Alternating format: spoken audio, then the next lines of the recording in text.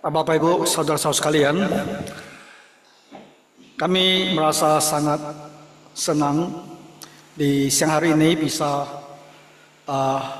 menyelenggarakan seminar agar jemaat bisa lebih mengetahui bagaimana sejarah Gereja Alkitab Presbyterian dan juga doktrin atau ajaran-ajaran yang ditegakkan di dalam gereja, ajaran-ajaran yang ada di dalam kitab suci. Jadi harapan kita setelah seminar ini, kita bisa lebih mengasihi gereja kita, Alkitab Presbyterian. Nah, saya mau mulai dengan satu ayat di dalam kitab suci. Ini perkataan Tuhan Yesus. Seumpama apakah hal kerajaan Allah? Dan dengan apakah aku mau mengumpamakannya? Ia seumpama biji sesawi yang diambil dan ditaburkan orang di kebunnya. Biji itu tumbuh dan menjadi pohon, dan burung-burung di udara bersarang pada cabang-cabangnya. Hal kerajaan Allah, termasuk gereja Tuhan Yesus, itu mau diumpamakan seperti apa? Perkembangannya, pertumbuhannya. Dia bilang seperti biji sesawi. Sesuatu hal yang begitu kecil, bermula dengan begitu sederhana, tapi dia akan tumbuh menjadi pohon yang besar dengan banyak cabang, sehingga burung-burung di udara pun bisa bersarang di situ. Gereja Tuhan Yesus dari abad pertama, dia akan terus berkembang dan menjadi sangat besar. Begitu banyak cabang-cabangnya, begitu banyak denominasi atau organisasi gereja. Alkitab Presbyterian adalah salah satu dari cabang ini. Kita adalah salah satu dari gereja Tuhan Yesus yang benar. Jadi Bapak Ibu harus tahu tentang gereja ini. Bagaimana permulaannya dan apa perkembangannya, dan tentu ajaran-ajaran dan kepercayaannya. Gereja Alkitab Presbyterian itu sesungguhnya dimulai di Amerika. Kemudian dia berkembang masuk ke Singapura. Nah, dari Singapura ini berkembang ke Asia Tenggara dan termasuk ke Indonesia. Jadi saya akan berikan satu gambaran sekilas, menjelaskan kenapa di tahun 30-an Gereja Alkitab Presbyterian itu didirikan. Apa latar belakangnya? Kemudian bagaimana, siapa yang membawa gereja ini masuk ke Singapura? Hal apa yang membuat di Singapura Alkitab Presbyterian itu berkembang begitu pesat dan juga masuk ke Indonesia? Dan terakhir, bagaimana asal mula dia masuk ke Indonesia dan saat ini yang ada di mana saja gereja Alkitab Presbyterian. Satu hal Bapak Ibu mungkin bertanya, bukankah kita adalah kami gereja Alkitab Presbyterian Protestan Indonesia? Kenapa saya terus Presbyterian? Oh tidak, kenapa? Karena gini. Karena waktu kita daftarkan ke Direktorat Jenderal Bimas Kristen Jakarta tahun 1994, kita bilang Alkitab Presbyterian banyak yang tidak tahu. Nah, mereka tanya, ini Katolik kah? Karismatik atau apa? Makanya kita tambahkan kata Protestan di situ. Hanya untuk membuat jernih. Alkitab Presbyterian bukan Katolik, bukan karismatik, tapi adalah Protestan. Tapi gampangnya kita sebut diri kita itu Alkitab Presbyterian. Di luar negeri kita sebut sebagai Bible Presbyterian. Oke, paham ya? Nah, jadi Bapak Ibu selalu bilang kita ini Alkitab Presbyterian. tak usah malu dengan nama kita. Orang tanya dari gereja mana? Alkitab Presbyterian. Hari ini kita cerita supaya Bapak Ibu tahu kita punya latar belakang, punya sejarah yang sangat bagus. Gereja Alkitab Presbyterian. Boleh? Nah, kalau kita bilang gereja Alkitab Presbyterian itu dimulai dari Amerika, itu tidak berarti ya bahwa gereja kita ini di Indonesia ini adalah cabangnya Amerika, bukan. Ya, karena secara organisasi itu masing-masing berbeda. Setiap negara punya organisasinya sendiri. Tapi kalau kita mau usut dari mana asal usulnya gereja kita Presbyterian, maka kita memang harus trace dia sampai ke Amerika lewat Singapura baru masuk ke kita. Ya, mari kita mulai latar belakang berdirinya. Tulisannya besar lah, nampak semua ya.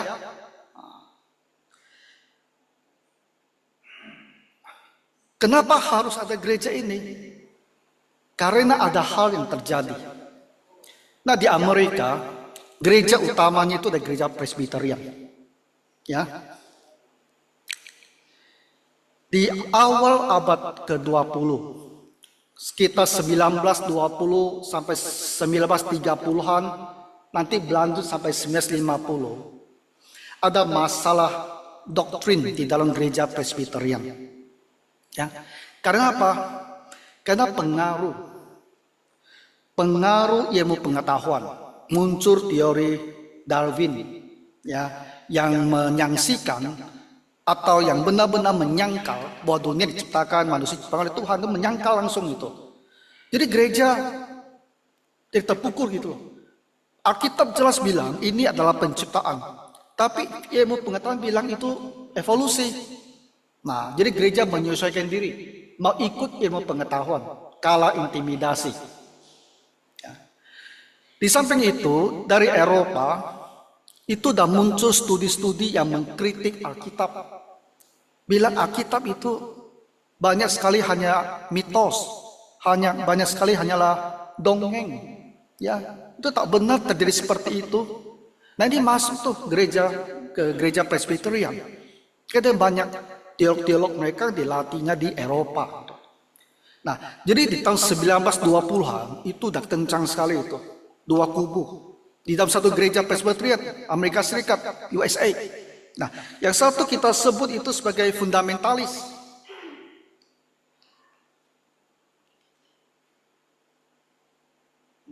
Itu ya, kelompok fundamentalis. Nah, ini adalah kelompok yang bilang Alkitab benar-benar adalah wahyu Tuhan, dan dia punya wewenang atau otoritas atas apa yang harus kita ajarkan. Alkitab tak ada salahnya. Apa kata Alkitab? Itulah kebenaran, itulah fakta. Dan ajaran-ajaran gereja sepanjang zaman itu harus dipertahankan. Itu disebut ajaran ortodoks. Nah, ini kelompok fundamentalis namanya gitu loh. Jadi fundamentalis, istilah ini adalah istilah yang sangat baik. Mau tetap berpegang pada kebenaran dasar. Tapi kelompok satu lagi, kubu satu lagi kita sebut sebagai modernis, ya, atau liberal. Nah, ini yang sudah kena pengaruh perkembangan ilmu pengetahuan, ya, dan kritik Alkitab, dan mereka menolak kitab suci. Di dua kubu di dalam satu gereja Presbyterian. Pelan-pelan konflik ini juga menyebar ya ke gereja-gereja lainnya seperti di Baptis, Metodis yang di Amerika Serikat. Nah, jadi 1920-an di Amerika itu konflik dalam gereja itu hebat sekali, kencang sekali. Nah, itu adalah latar belakang kenapa gereja Alkitab Presbyterian itu muncul, ya. Dan dua tokoh yang paling berpengaruh dalam perkembangan gereja Alkitab Presbyterian adalah dua orang ini. Lihat tidak?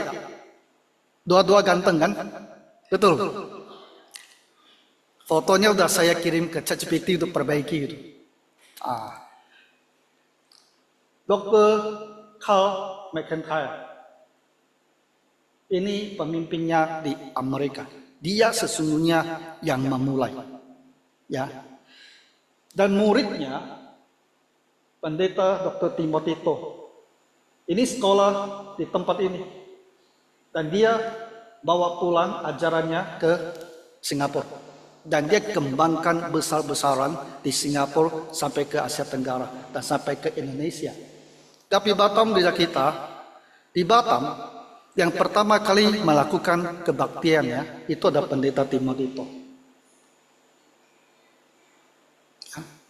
Waktu almarhum di Kentanam Siang pindah ke Batam, minta diadakan kebaktian rumah tangga.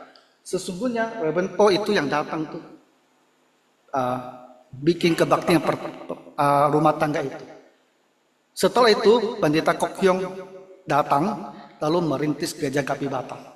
Ya.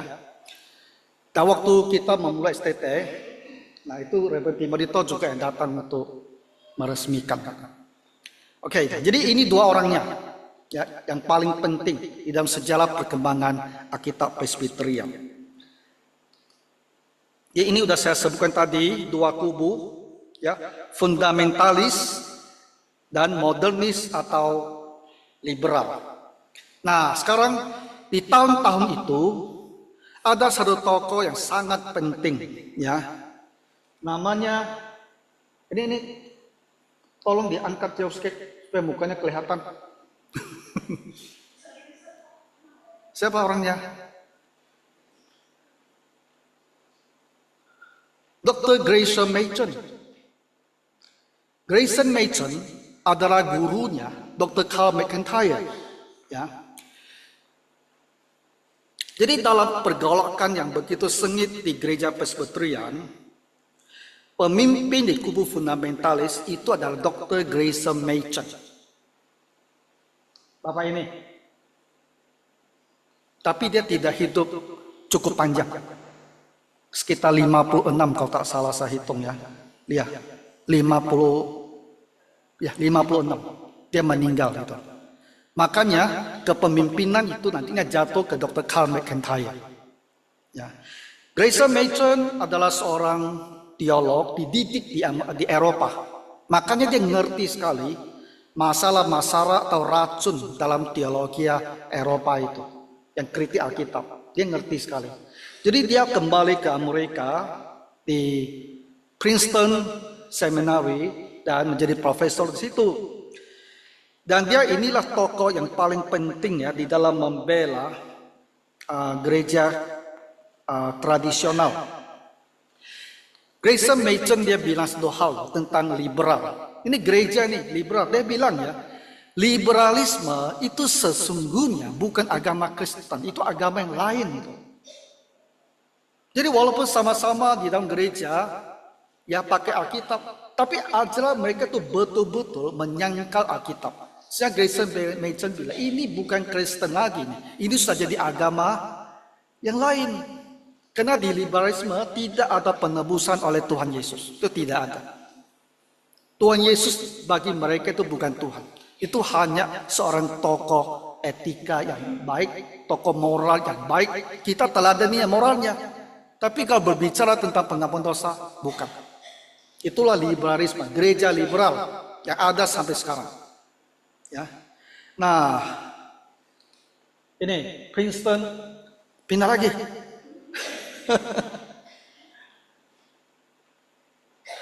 Ada yang online.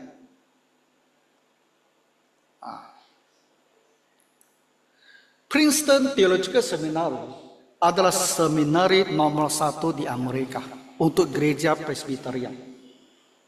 Ya. Buku-buku ditulis oleh profesor pada masa itu sampai sekarang itu masih jadi referensi. Tokoh-tokoh besar semua. Machen sekolah di situ, lulus di situ ke Eropa dan kembali ke situ untuk menjadi dosen dan mengajar. Ya. Jadi konflik itu bermula di dalam seminari. Ngerti tak? Kau rakyat zaman umum tidak banyak berkecimpung dalam hal doktrin. Masalah doktrin itu masalah pemimpin, yaitu masalah di seminari. ya di sekolah teologi. Jadi dalam seminari Princeton itu sudah ada yang modernis, ada juga yang masih fundamentalis. Kemudian terjadilah perubahan kepemimpinan di dalam seminari. Yang modernis lebih kuat, lebih banyak. Dan mereka ambil alih seminari itu. Akhirnya bagaimana? Mereka yang fundamentalis terpaksa harus tinggalkan Princeton, keluar. Nah, jadi Machen, dia bawa sejumlah profesor ikut keluar, bawa juga murid keluar. Dan mereka dirikan seminari yang baru. Westminster Theological Seminary, yang sampai sekarang masih ada. Tapi saya tidak mau sebut itu, karena itu bukan bagian dari sejarahnya Bible Presbyterian. Ya. Machen keluar, dirikan Westminster Seminary. Waktu itu pergumulan yang sangat hebat terhadap doktrin. Jadi muncullah upaya untuk merumuskan, ya, doktrin apa yang tak bisa dinegosiasikan, tak bisa dikompromikan. Kalau Kristen harus terima doktrin ini. Itu disebut the fundamentals. Ya. Fundamentals itu sesungguhnya adalah satu seri, sejumlah buku yang ditulis pada masa itu. Tapi kamu dirangkum, di dalamnya ada 5 doktrin yang tak bisa, tidak harus diakui dan dipercayai. Nah, jadi latar belakang the 5 fundamentals. Itu sampai sekarang tuh gereja ortodoks harus bilang saya percaya pada 5 doktrin ini. Kalau dia tidak percaya, kita bilang dia itu liberal. Nah, jadi ada seorang pengusaha, Lima Stewart, dia yang mendanai, ya, penulisan dan pencetakan daripada satu jilid, satu seri buku-buku ini disebut the fundamental. 12 jilid loh. Begitu banyak ditulis, ya.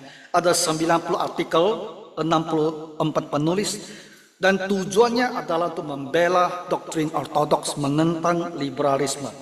Dan ajaran fundamentals ini menjadi dasar daripada identitas gerakan fundamentals. Nah, kita tentu ingin tahu apa 5 doktrin dasar ini. Nah, ini bukunya kan, dia banyak volume ya kan. Ini volume pertama, The Fundamentals, A Testimony to the Truth.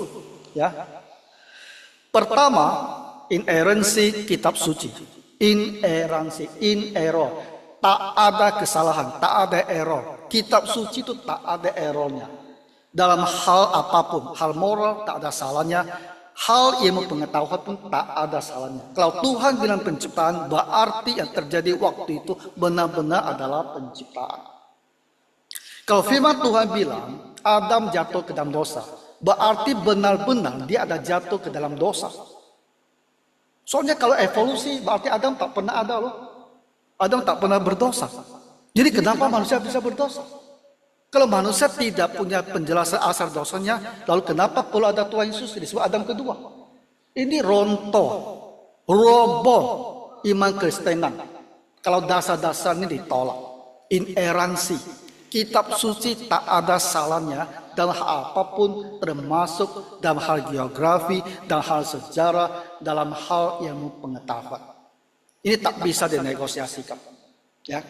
Kedua, kelahiran Yesus oleh anak darah. Karena mereka bilang, Tuhan Yesus itu sesungguhnya anak haram. Anak di luar nikah. Dia juga sama dengan kita, manusia saja. Tapi kita bilang tidak. Nubuat. Injil semua mengatakan dia dilahirkan oleh anak darah Maria. Anak perawan. Ini doktrin yang tak bisa juga dikompromikan. Kalau kompromikan, status keilahian Tuhan Yesus itu pun roboh. Ya. Ketiga, penebusan pengganti. Tuhan Yesus mati di kayu salib, dia menggantikan kita dihukum. Dia menebus kita dengan cara menggantikan kita dihukum. Dia bukan menolong kita dengan menjadi teladan yang bagus dalam hal moral. Itu ajaran liberal. Dia benar-benar mati menggantikan kita, menanggung hukuman kita. Ini pun tak bisa dikompromikan. Ya. Dan kebangkitan tubuh Tuhan Yesus. Tubuh yang disalibkan, tubuh yang dirempah-rempahi, tubuh yang dimasukkan ke dalam tempat gua itu tubuh yang sama yang bangkit. Bukan semangat yang bangkit. Liberal bilang, ini tak bangkit. Tapi kita bilang dia bangkit, berarti apa? Semangatnya yang bangkit. Semangat kasih dia, semangat yang berkorban ini yang bangkit. Sehingga murid-muridnya sekarang belajar untuk mengasihi, untuk rela berkorban. Tapi tubuh Yesusnya tidak bangkit, dia mati sana. Itu liberal. Itu bukan Kristen. Ya. Dan satu lagi adalah realitas historis mujizat. Tuhan Yesus benar-benar melakukan mujizat. Tapi liberal bilang enggak. Itu hanya dongeng. Yesus berjalan di atas air kan? Mereka bilang enggak. Seperti di bawahnya banyak batu-batu besar. Dia berjalan di atas batu itu. Lalu kelihatannya macam berjalan di atas air. Nah, itulah liberalisme. Menolak mujizat Tuhan Yesus. Jadi dari begitu banyak ajaran kitab suci, 5 ini dianggap tak bisa dikompromikan. Makanya disebut the fundamentals. Ya, jadi gereja yang ortodok harus beriman kepada 5 hal ini. Oke, nah sekarang konflik meruncing. Wah, 2 kubu nih. Satu menolak ini, satu tulis buku banyak-banyak, bagi kemana-mana, kirim ke pendeta-pendeta gitu loh, dan bilang inilah doktrin Alkitab yang kita tak bisa sangkal. Kalau sangkal kita udah bukan Kristen. Jadi meruncing sekali. Muncullah tokoh liberal ini, Henry Emerson Fosdick. Dia pidato, "Shall the fundamentalist win?" Bolehkah biarkan fundamentalis itu menang? Mau menantang seperti itu. Pendeta Presbyterian di New York. Sebutnya dia asisten pendeta. Inilah profesor teologi di Union Theological Seminary di New York, di tempat Johnson pergi belajar. Di situ mereka mengajarkan God is dead. Sehingga ketika Dr. Johnson bertobat karena melihat visi Tuhan Yesus, dia pergi, dia bilang, kau itu setan. Dia marahin profesor, kau itu setan. Karena menghancurkan iman orang Kristen dengan mengatakan Tuhan itu sudah mati. Fosdick yang menantang, shall the fundamentalist win? Lalu dari pihak fundamentalis ini ada seorang pendeta namanya Edward Henry McCartney. Dia jawab, shall unbelief win? Ngerti tak? Boleh tak yang tak percaya menang? Makanya perang itu. Kencang kan? Seru itu. Saya kalau baca sejarahnya pun terasa seru sekali itu. Lalu apa yang terjadi? Yang mengakibatkan Bible Presbyterian itu berdiri. Pemicunya. Ini adalah Auburn Theological Seminary. Sekolah teologi Auburn. Di situ 1270 lebih pendeta Presbyterian. Presbyterian itu besar sekali di Amerika. 1270 pendeta lebih kumpul di situ, tanda tangan satu pernyataan disebut Auburn Affirmation. Bilang gereja Presbyterian, pendeta Presbyterian tidak ada kewajiban harus terima 5 fundamental itu. Kamu tetap boleh jadi pendeta Presbyterian walaupun kamu tak percaya Tuhan Yesus bangkit. Selesai. Ya. Begitu banyak pendeta menjadi liberal. Di gereja Presbyterian Amerika sudah roboh. Karena diisi oleh pendeta-pendeta tidak lagi percaya hal-hal yang di Alkitabiah seperti ini.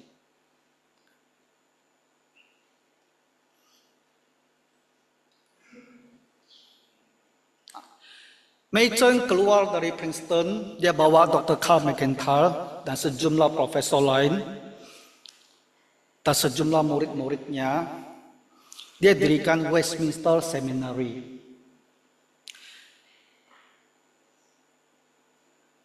Tapi dia meninggal cepat sekali. Dan Westminster Seminary punya hal-hal yang kurang bisa disepakati oleh kelompok Karl McIntyre. Mereka bilang tak ada itu kerajaan 1000 tahun. Mereka itu amilenialisme. Tak ada kerajaan 1000 tahun. Ada kebebasan orang Kristen. Kita boleh minum anggur, boleh cerutu. Zaman itu kan belum dibilang itu rokok itu mendatangkan penyakit paru. Cerutu, minum anggur. Mereka anggap itu boleh. Tapi satu kubu lagi kalau mereka merasa ini tidak boleh. Harus jelas ya, hal-hal yang tidak disaksi ini harus kita hentikan. Lalu juga dalam masalah pemisahan gereja, Westminster mereka itu tak begitu ketat. Jadi kelompok ini dirikan satu gereja namanya OPC, Orthodox Presbyterian Church. Nah itulah kelompok OPC dengan Westminster Seminary sampai sekarang. Ya. Tapi kelompok Karl McIntyre setelah Dr. Machen meninggal dunia, mereka pisahkan diri dari OPC. Dan mereka keluar, maka bentuk Bible Presbyterian Church. Nah sekarang sudah jelas kan? Kenapa latar belakang Alkitab Presbyterian itu muncul? Inilah sejarahnya. Jadi tanggal 4 Juni 1937, sejumlah pendeta dan penatua mereka membentuk sinode Bible Presbyterian. Pisahkan diri dari Presbyterian Church di Amerika Serikat yang dianggap sudah terpengaruh oleh modernisme atau liberalisme. Nah ini adalah logonya gereja Bible Presbyterian ya di Amerika. Ini logo Presbyterian tahu tidak? Pohon yang rimbun itu loh. Jadi kamu kalau di mana-mana gereja Presbyterian ya, mereka pasti pakai logo ini. Nah, jadi karena kita ada Bible-nya, dibuat agak sedikit berbeda.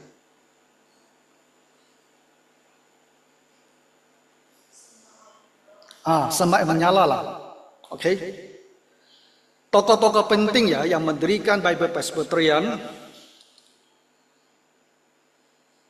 Pertama Dr. Karl McIntyre. Dia ini gembala sidang Bible Presbyterian Church di Collinswood, New Jersey. Ini tokoh sentral dalam pembentukan International Council of Christian Churches. Tahun 1948, gereja-gereja liberal dan macam-macam gereja pergi ke Geneva, ya, lalu membentuk World Council of Christian Churches, Dewan Gereja-Gereja Sedunia. Tapi itu liberal.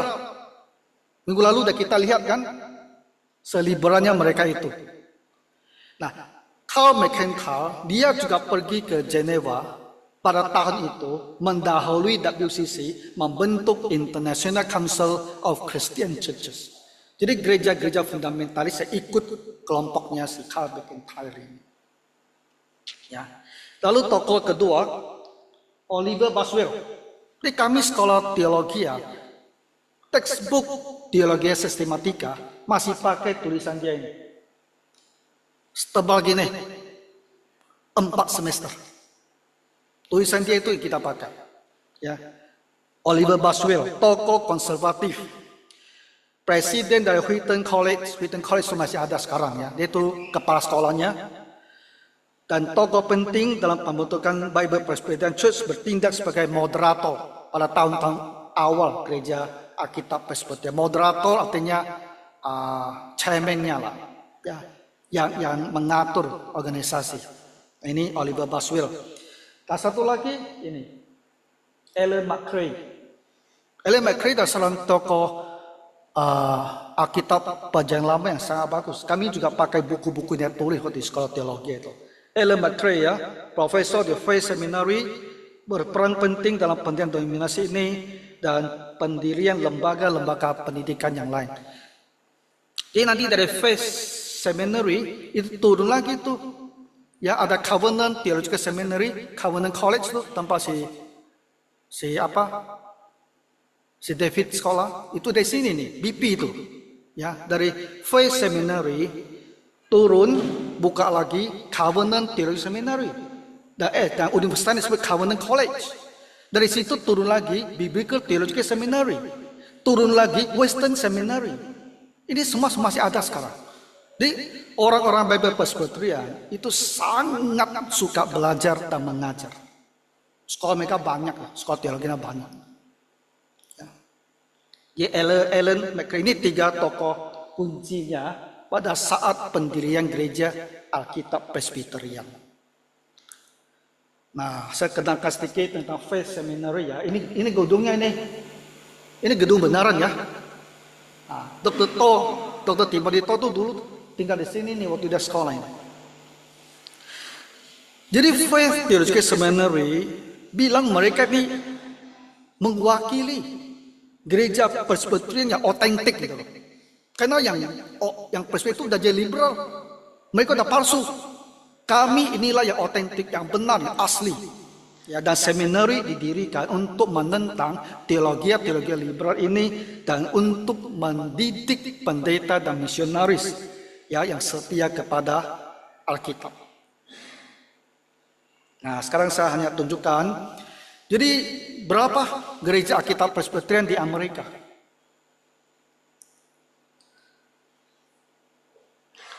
Ada 4 presbytery. Presbytery itu adalah himpunan sejumlah gereja dalam satu wilayah besar. Kalau satu negara itu namanya sinode. Ya. Mereka di Amerika ada 4 presbytery dan total sekitar 30 atau 31 jemaat. Ya. Oke, nah ini di Amerika. Bagaimana permulaannya dan perkembangannya. Sekarang bagaimana dia masuk ke Singapura. Ya. Pendirian Bible Presbyterian Church di Singapura. Dr. Timothy To Siang Hui namanya. Dia ini,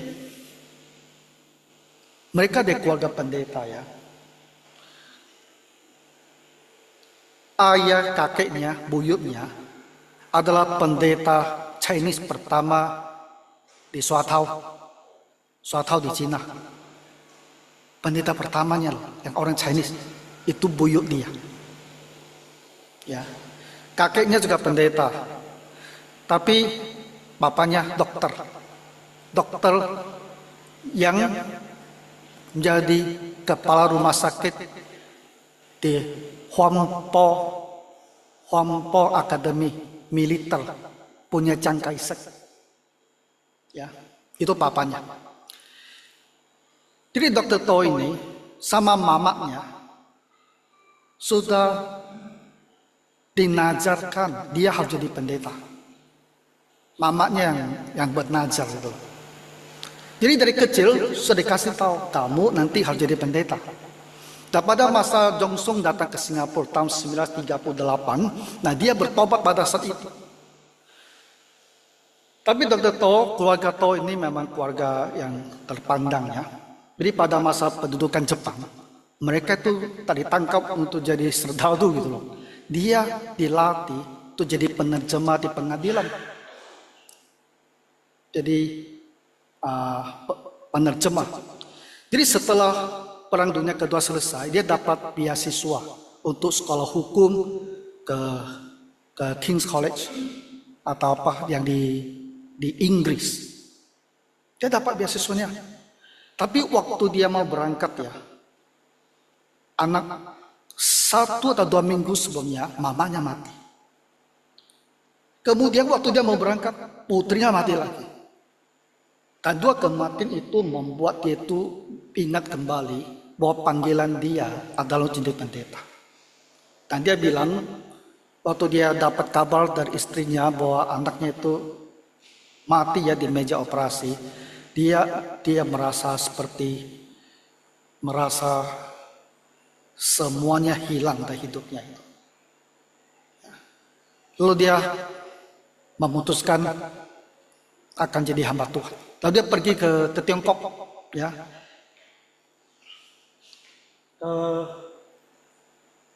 Spiritual Training Theological Seminary di Nanjing di Cina.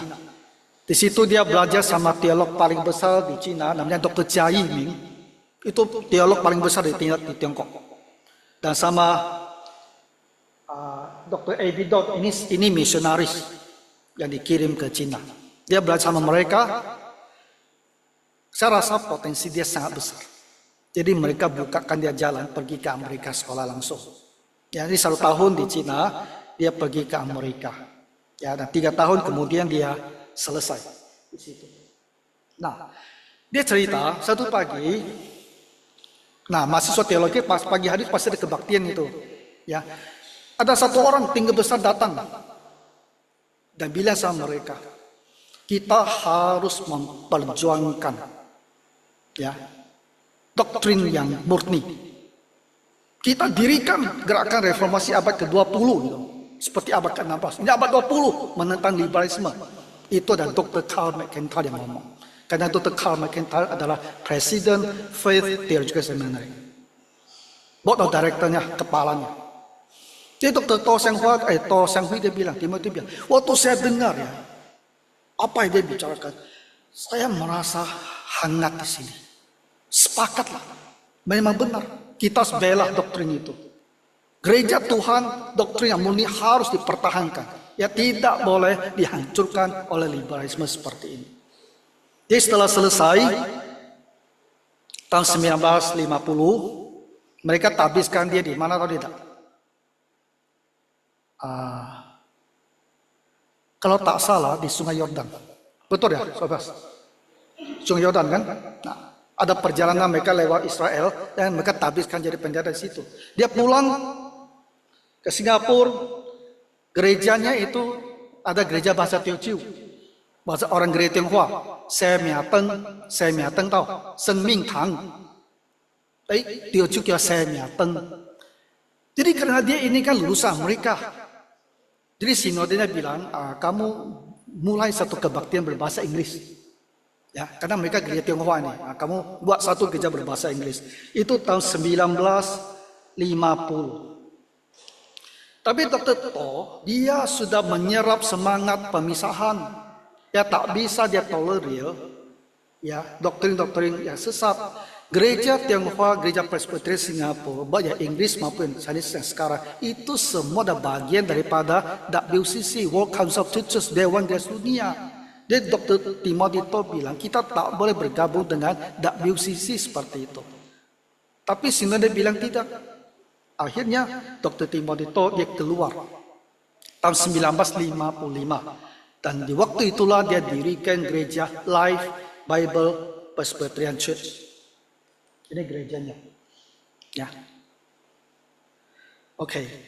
Jadi berapa gereja Bible Presbyterian di Singapura sampai sekarang? Dari tahun, ya terhitung dari 50, tahun 50 ketika dia mulai memimpin. Ya. Jadi sekitar 76 tahun. Ya. Gerejanya ada 41 buah ya di Singapura. Ya, jadi di Amerika ada 30-an, Singapura paling banyak ya 41.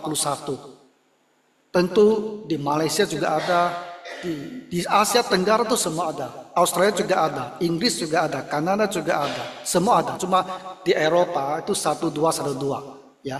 Tapi banyaknya di Asia Tenggara, Singapura paling banyak. Jadi pertanyaannya, kenapa BP Singapura bisa berkembang sedemikian cepat? Kuncinya adalah sekolah teologianya. Mendidik hamba Tuhan sendiri, itu jalan paling cepat. Jadi saya kenalkan sedikit ya tentang FEBC ini. Saya masuk FEBC itu 4 Juli 1985. The 4th of July, hari kemerdekaan Amerika Serikat, saya tiba di Singapura. Tahun 85 itu, 41 tahun lalu. Dan saya diantar ke pastori, ketemu Reverend Timothy To. Dan dia kasih saya satu buku, kumpulan khotbah Dr. Jong Sung, covernya warna merah. Jong Sung, Revival Sermon. Revival Sermon. Masa pulang baca. Oke. Nah, FEBC itulah kuncinya. Kenapa Bible Presbyterian bisa berkembang di Singapura dan di Asia Tenggara dan juga di Indonesia. Pendeta-pendeta kita yang utama di Indonesia itu semua lulusan FEBC. Ya. Didirikan Reverend Timothy tahun 1962 dan sekarang kepala sekolahnya adalah Dr. Jeffrey Koo. Dr. Jeffrey Koo masuk FEBC persis sama dengan saya. Semester yang sama, persis. Ya. Nah, Reverend Paul punya satu keyakinan. Karena ada satu misionaris, kalau tak salah dari Filipina yang bicara, tanpa sekolah kitab gereja akan mati. Tanpa sekolah kitab gereja akan mati. Benar tak? Benar. Kalau tak ada sekolah Alkitab, di mana kita menghasilkan hamba Tuhan, di mana kita mempunyai hamba Tuhan, lama-lama gereja akan mati, kan pendeta juga akan mati kan? Jadi harus punya sekolah teologi sendiri, baru gereja itu bisa berkembang. Nah, jadi FEBC menjadi pusat pendidikan para pendeta dan misionaris, dan teologianya adalah Calvinis, premillennial, dan separatis. Saya tunjukkan dua gambar ya, gambar-gambar wisuda mereka ya. Ada lihat saya lah? Hah? Ini. Saya pilih karena ada saya di situ. Ini 98. Waktu saya S2 pendidikan Kristen. Saya satu itu selesai tahun 90. Ini yang kedua. Ya. Nah, lalu yang sekarang yang tahun lalu yang 2025 nanti Mei akan wisuda lagi, ya 2026 punya. Lulusannya tersebar di banyak negara. Total sampai sekarang ada 734 lulusan, 11 sudah meninggal ya, 13 sudah meninggal. Dan tersebar di hampir seluruh dunia. Ini bukan saya buat lah ya, saya ambil dari buku majalah FEBC. Waktu mereka rayakan 50 tahun, ulang tahun ke-50. Nah, pengaruh globalnya, karena lulusan dia ada di mana-mana, mereka juga dirikan sekolah-sekolah teologi, umpamanya di Tanzania, di Afrika, itu ada Bible College of East Africa. Ya. Lalu di Filipina dan di Ethiopia juga Eropa, di Afrika ada Getsemani Bible Institute. Lalu di India ada Indian Reform Biblical Seminary. Dulu di Indonesia juga ada kan, di Batam kan. Nah, tapi kita berharap Tuhan buka jalan, kita mulai kembali. Ya. Nah, sekarang sedikit cerita tentang Alkitab Presbyterian di Indonesia. Ya, sedikit saya ceritanya. Kalian tahu tak? Kapan itu kontak pertama Bible Presbyterian ke Indonesia? Pasti kalian tidak tahu. Betul tak?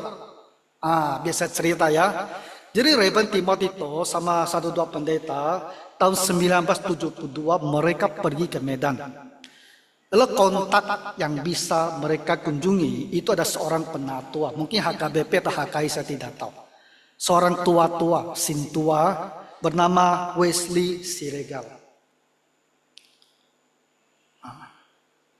Karena kontak itulah Wesley Siregar kirim hampir semua anaknya laki atau perempuan ke FEBC. Dan beberapa di antara mereka yang sudah selesai di FEBC, mereka kembali ke Indonesia dan mereka lah yang memulai awalnya yayasan Alkitab Presbyterian, ya, dan bikin sekolah-sekolah dan pertemuan-pertemuan. Tahun 1985, penatua Wesley itu ditabiskan jadi pendeta GAPI yang pertama. Pendeta Alkitab Presbyterian pertama. Tapi pentabisannya di gereja Galili di Singapura. Karena mereka yang mendukung misi Medan pada waktu itu. Ya. Jadi tahun 1994, Alkitab Presbyterian itu terdaftar ya di pemerintah. Jadi kita bisa beroperasi di seluruh Indonesia. Berapa gereja kita saat ini? Ya. ada 11 gereja. Gapi Grace itu pendetanya Haposan. Gapi Kuta Baru ada satu guru Injil perempuan Mariana lulusan FEBC, adiknya pendeta Haposan. Ya. Lalu Gapi Batam kita kan. Nah, Gapi Batu Haji, Gapi Tanjung Piayu, Gapi Segulung Baru, Gapi Philadelphia tempat Dedi Santo, ya. Lalu Gapi Kalvari Kuburaya Pontianak itu pendeta Piti Yoksan. Lalu ada satu Gapi Libo, itu apa tuannya siapa namanya? Fernando. Di Libo itu sebenarnya perkebunan kelapa sawit.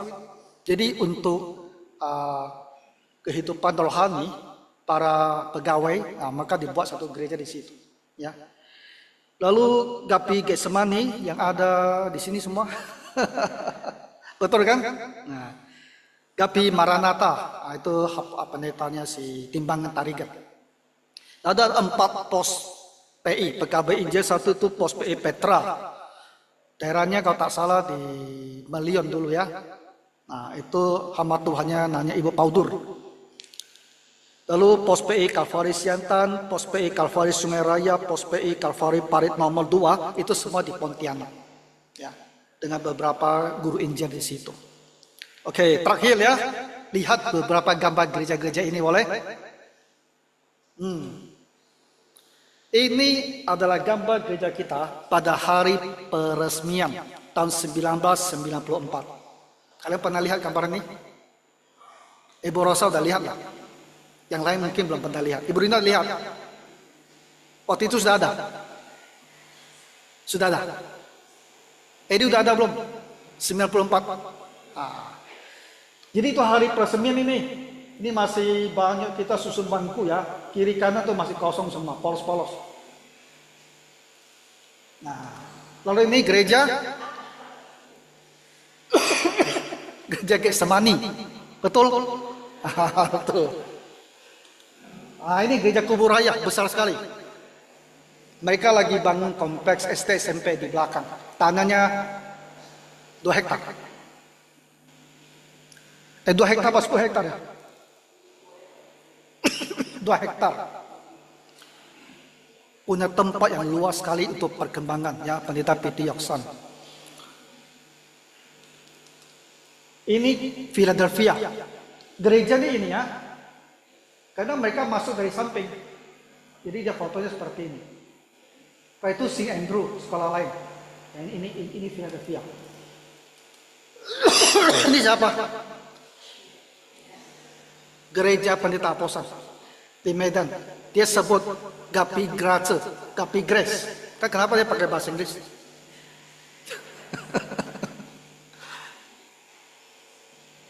Jadi sangat khas Batak ya. Betul ya? Khas sekali ya.